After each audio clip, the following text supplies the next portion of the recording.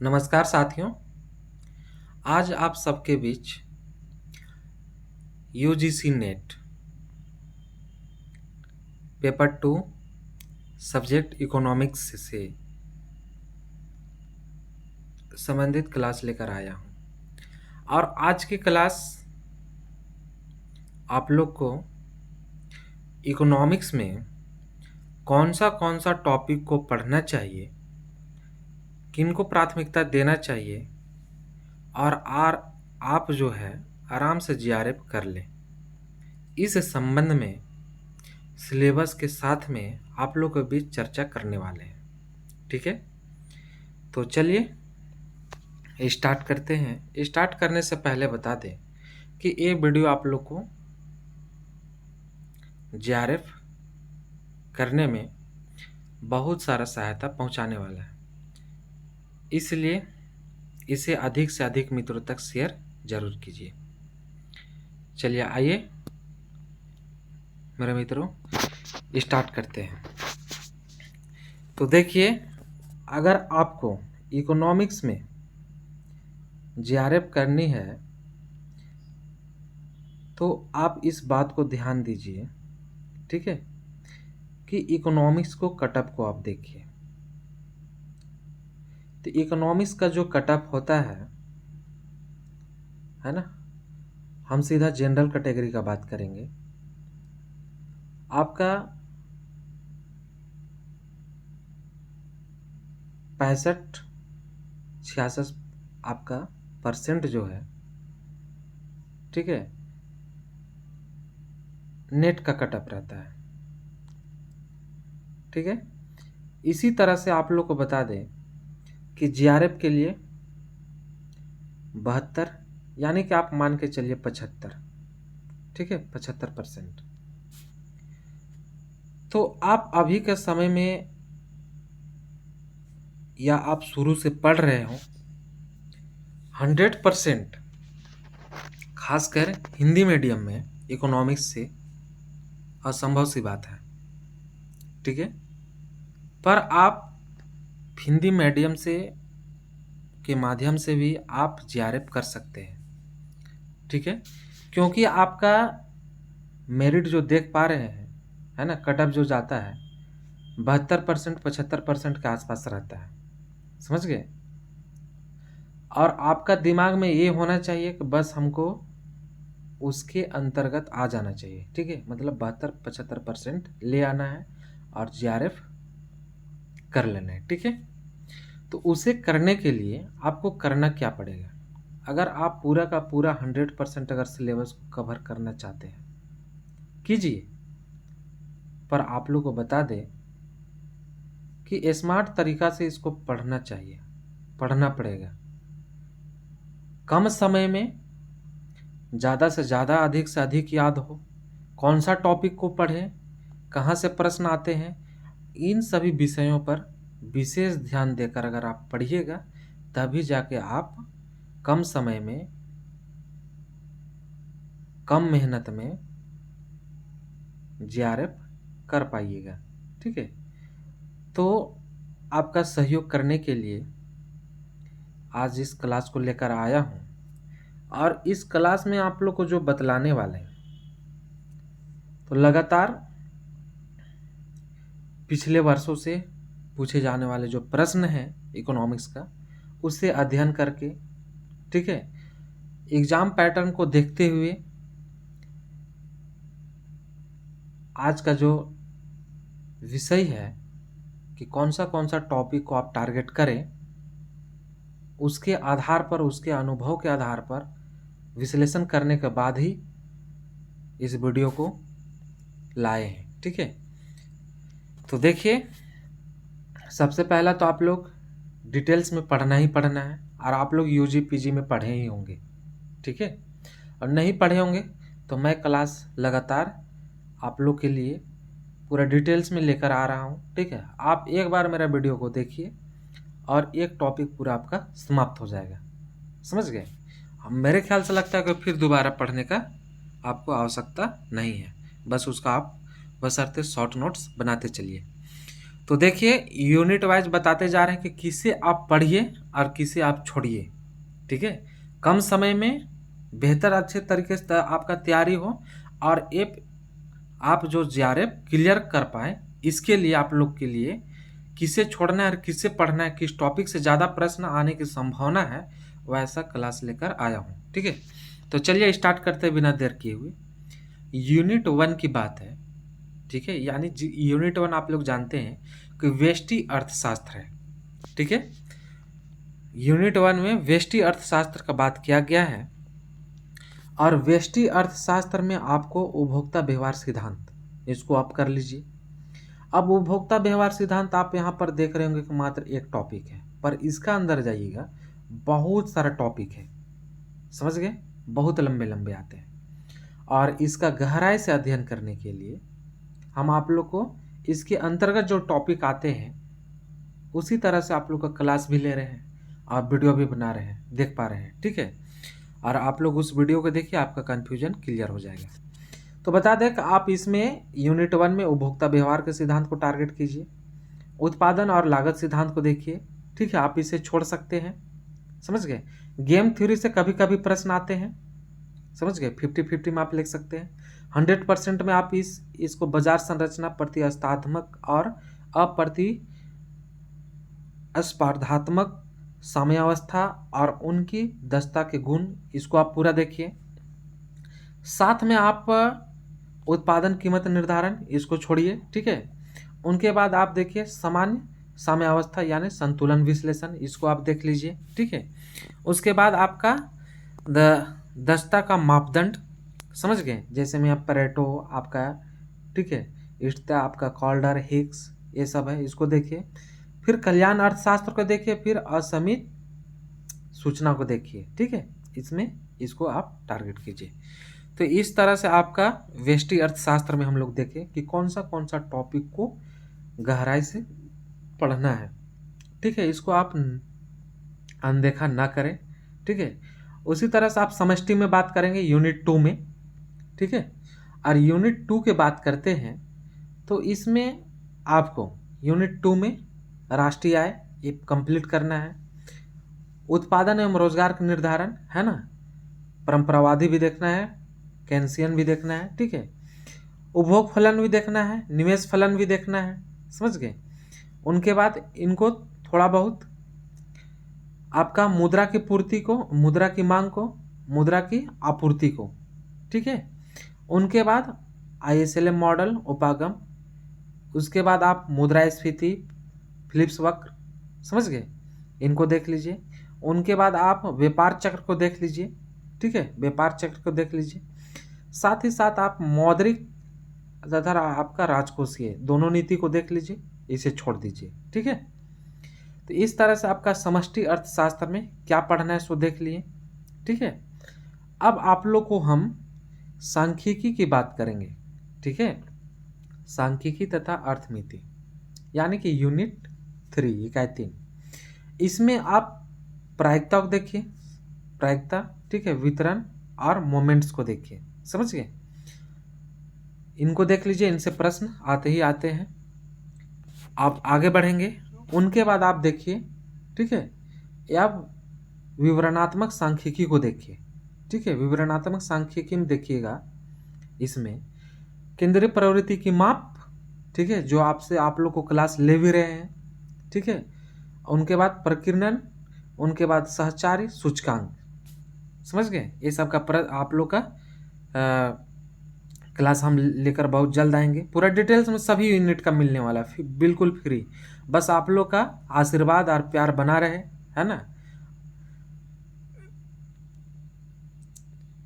चलिए मित्रों, अब इसमें आप देखिए प्रतिचयन वितरण, इसे नहीं ना, प्रतिचयन वितरण, ठीक है। उनके बाद प्रकल्पना का परीक्षण, इसको आप देख लीजिए। फिर आप इसमें आपका देखिए कि आपका BLUE, ठीक है, ब्लू। उनके बाद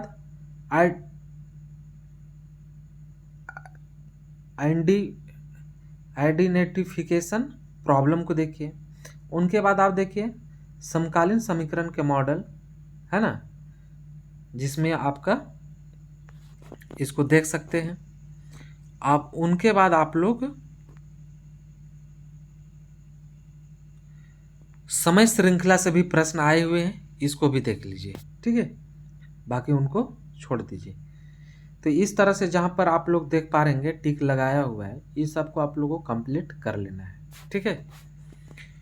अब देखिए आप गणितीय अर्थशास्त्र में हम लोग देखेंगे, है ना, मैथमेटिक्स में क्या कहता है। तो देखिए इसमें आपको विशेष तौर पर देखा जाए तो ये आप देख सकते हैं, ठीक है, रेखीय बीजगणित भित्ति, फिर स्थिर इष्टमितीकरण समस्याएं को देख सकते हैं, है ना। उसके बाद आउटपुट इनपुट मॉडल को देखिए, रैखिक प्रोग्रामिंग को देखिए, है ना, और डिफरेंशिएशन को देखिए आप, है ना, और डिफरेंशिएशन का प्रयोग को देखिए, ठीक है। तो इसमें डिफरेंशिएशन का आपका जैसे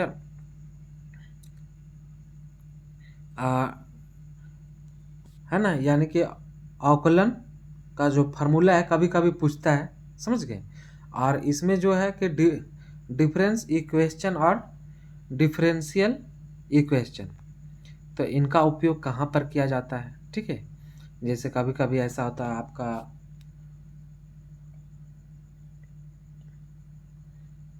उपभोक्ता की बचत, ठीक है, उपभोक्ता की बचत का में उपयोग किया जाता है। उसी तरह से आपका औसत आगम, कुल आगम, समझ गए, ये सब निकालने का देखने का प्रयास कीजिए और उनका फार्मूला, ठीक है। और इतना अगर आप करते हैं तो गणितीय अर्थशास्त्र आपके लिए कंप्लीट। आप 5वीं यूनिट के बात करते हैं हम लोग अंतर्राष्ट्रीय अर्थशास्त्र, ठीक है। अंतर्राष्ट्रीय अर्थशास्त्र में देखिए इंटरनेशनल ट्रेड का वाला पार्ट में, ठीक है। इसमें देखिए अंतर्राष्ट्रीय व्यापार के सिद्धांत को देखिए, उनके बाद इनको छोड़ दीजिए, इनको छोड़िए, ठीक है, समझ गए। आप देखिए भुगतान संतुलन को देखिए, इसमें आप विनिमय दर को देखिए, समझ गए। विनिमय दर के बाद आप इसमें विदेशी मुद्रा का क्रय विक्रय को देखिए, उनके बाद व्यापार से लाभ और उनके शर्त और व्यापार गुणांक को देखिए, ठीक है। इसी प्रकार आप प्रशुल्क को देखिए, है ना, व्यापार से जुड़े प्रशुल्क को देख लीजिए, गैट को देखिए, ठीक है। उनके बाद WTO को देखिए, अंतर्राष्ट्रीय व्यापार संगठन को, समझ गए, ये वाला पार्ट को देखिए। उनके बाद अंतर्राष्ट्रीय मुद्रा कोष और विश्व बैंक को देखिए, ठीक है, जो पेंसिल से टिक किया हुआ है उसे आप देख लीजिए। तो इस तरह से हम लोग का आपका ट्रेड खत्म होगा, समझ गए। आप देखिए पब्लिक लोक अर्थशास्त्र यूनिट 6, ठीक है। आप इसमें देखिए बाजार वाले चैप्टर को देख लीजिए, बाजार विफलता को, है ना, सार्वजनिक वस्तु में बाय, ये देख लीजिए, ये तो आपको उधर ही कंप्लीट हो गया, समझ गए। आप बाजार का नियंत्रण ये देख सकते हैं। आप कर को देख लीजिए, ठीक है, कर को देखिए आप प्रत्यक्ष कर, है ना, राजस्व कर, गैर कर राजस्व, ठीक है, कराधान, ये सबको आप देख लीजिए। उनके बाद लॉक व्यय को देखिए, साथ ही सरकारी बजट और बजट गुणक को देखिए, ठीक है, इनको देखिए।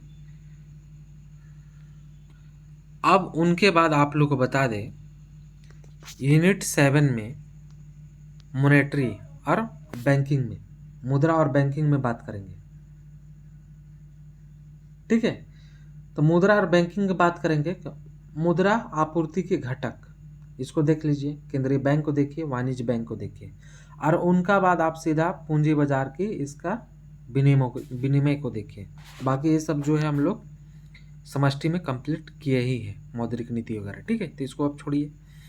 उनके बाद आपका समृद्धि और विकास, है ना, डेवलपमेंट को, विकास का अर्थशास्त्र को हम लोग देखेंगे। इसमें आप देखिए आर्थिक विकास के सिद्धांत को देखिए, जिसमें एडम स्मिथ, रिकार्डो, मार्क्स, ये सब कंप्यूटर, ये सब कंप्लीट कीजिए। उनके बाद आप आर्थिक वृद्धि के मॉडल, हेरोडामर मॉडल, सोलो रॉबिन्स, ठीक है। उनके बाद तकनीकी प्रगति, है ना, इसको कंप्लीट कीजिए। साथ ही साथ आप लोग बता दें कि आर्थिक विकास के सूचकांक को देखिए, PQLI, ठीक है, HDI, और उनके बाद आप लोग बता दें कि गरीबी और असमानताएं की को देखिए, ए वाला पार्ट को, समझ गए, और उनके बाद इसको छोड़ दीजिए। इसी तरह से आपका है अगले यूनिट में देखेंगे, है ना, पर्यावरणीय अर्थशास्त्र और जनांकिकी। तो इसमें आप लोग को ये हम लोग पिछले यूनिट में देख लिए, ये भी पिछले यूनिट में देख लिए, ये दोनों को नहीं देखना है। इसमें आप कोश प्रमेय को देखिए, ठीक है, ये भी नहीं देखिए। उनके बाद आपका पर्यावरणीय वस्तुओं का मूल्य निर्धारण को देखिए, जनसंख्या सिद्धांत को पढ़ लीजिए, प्रश्न रहते हैं, समझ गए। उनके बाद आप लोग को बता दें, उनके बाद है जनसंख्या के सिद्धांत को देखने के बाद है, ठीक है, कि आप संकल्पनाएं को देखिए, ठीक है, और ये आप लोग का करंट बेसिस पर फिर देखिए, ठीक है। फिर जीवन सारणी को देख लीजिए, जनांकिकी के लाभ देख लीजिए। अगर थ्योरी से अगर प्रश्न पूछे तो इस तरह से पूछेंगे, ठीक है। अब चलिए आगे और यूनिट 10 की बात करेंगे, ठीक है, यूनिट 10 की बात करेंगे। और यूनिट 10 में आप कृषि को देखिए, उद्योग को देखिए और सेवाएं को देखिए, यूनिट 10 में, समझ गए।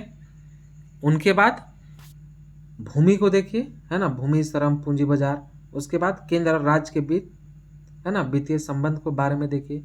और उनके बाद गरीबी, असमानता और बेरोजगारी को देखिए। और ये सब आप लोग जो अभी यूनिट 10 में जो आप लोग देखें, ठीक है, इसका पूरा का पूरा करेंट अफेयर्स से समाहित है, साथ में बजट वाला पोर्शन, आर्थिक सर्वेक्षण वाला पोर्शन, ठीक है, और कर जो है, ये सब आप करेंट अफेयर्स के माध्यम से कंप्लीट कीजिए और वो देखना है। और करेंट अफेयर्स आप लोग को लगातार वर्तमान समय का और आपका जो पिछले साल था वो दोनों को देखना है, ताकि अगर आप लोग का ऑप्शन में भी दे प्रश्न तो आप लोग को ठीक ठाक हो। तो संभावना है कि 2 साल आप लोग देखिए क्लियर हो जाएगा, ठीक है। दोनों साल का बजट को आप देख लीजिए, आर्थिक सर्वेक्षण को देख लीजिए, है ना, कृषि को देख लीजिए, गरीबी से संबंधित देख लीजिए, जनसंख्या से संबंधित देख लीजिए, आंकड़ा, मृत्यु, आपका जन्म दर, ये सब सभी कुछ देख लीजिए, ठीक है। उस तरह से आप स्टेट जो है ना, वो देख लीजिए, प्रथम देख लीजिए। तो इस तरह से आप प्रश्न आप लोग को बनते हैं, और आप इतना कर लेते हैं तो आपको कोई रोकने वाला नहीं है जेआरएफ के लिए। साथ में आप लगातार पिछले वर्षों से पूछा गया प्रश्नों को, है ना, उसको आप कर लीजिए, ठीक है, यानी कि प्रीवियस ईयर क्वेश्चन, समझ गए। अगर आप इनको प्रीवियस ईयर क्वेश्चन और अभी हम जो बतलाएं, अगर ये इसको आप कंप्लीट कर लेते हैं और उनका बाद 2-3 टेस्ट अगर आप दे लेते हैं, है ना, एमसीक्यू कर लेते हैं, तो आपको फिर इकोनॉमिक्स में जेआरएफ के लिए कोई भी नहीं रोक पाएगा, ठीक है। तो आज की क्लास में ख़ास तौर पर आप लोग को बतलाना था कि किस टॉपिक को आप छोड़िए, किस टॉपिक को आप अधिक से अधिक ध्यान दीजिए, ठीक है। और इसके माध्यम से मुझे विश्वास है कि आप लोग आराम से जेआरएफ की रास्ता तय कर सकते हैं, तय कर पाइएगा, ठीक है। इसी तरह से साथियों, वीडियो पाने के लिए और इन सभी यूनिट का क्लास डिटेल्स आप लोग को उपलब्ध हो और हम करा सके और हमें भी ऊर्जा प्राप्त हो, इसके लिए आप लोग इसे अधिक से अधिक मित्रों तक शेयर भी कीजिए। Thank you friends. अगर आप लोग बोले तो पेपर 1 का भी इसी तरह से क्लास लेकर आएंगे, ठीक है। Thank you friends.